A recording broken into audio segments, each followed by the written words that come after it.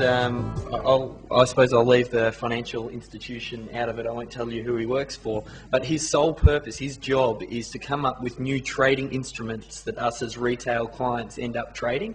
And you'll find things come up and new instruments come up all the time just to grab the attention of the new trader to get them to jump over to something else. So there's always going to be new products, and there are always lots of different products out there.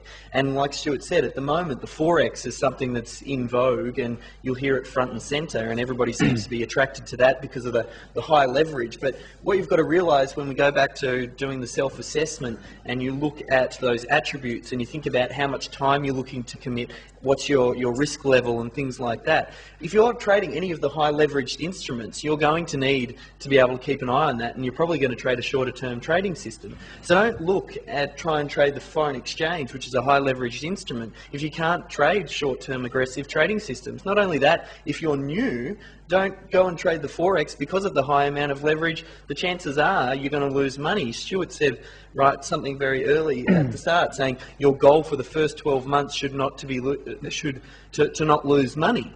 So how about trade something that reduces that level of risk? If you've never traded something before, start with stocks. I don't know how many times I can say this before it will sink in, but that's where you should start. Unless you can make money there, there's no point in looking at any of the other instruments. Yep, thanks, Dave.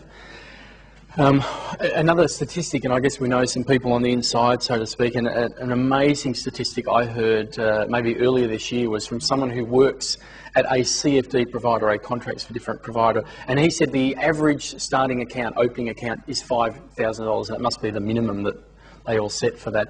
And he said within 3 months, some ridiculous high percentage, and he was talking in the 80-90% mark, of those accounts have next to nothing left in them after 3 months. So there's all these $5 just keep on going, and they must just lap it up. That's why they're in business.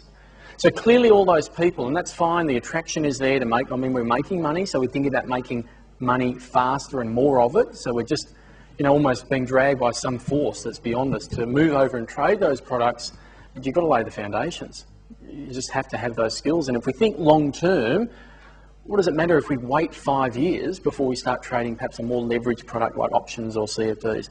They're not going anywhere, and as Dave said, there's actually only going to be more opportunity for us to trade different products with leverage. Now, I know that there's someone in the room that has in fact a fair amount of experience with trading futures, and Mark, I'm putting you on the spot here, but would you mind actually just making some comments, probably just more about what I'm saying now about the leverage and how the suitability for beginners, and perhaps, because I know your expertise is in futures, so thanks, Mark. Thanks, Stuart. My name is Mark Benwell. I work for the Australian Stock Report as the commodities and futures analyst. I've been involved with the futures caper for probably about 20 years, buying my first physical product of gold back in the late 70s when it started to take off into the highs of 1980.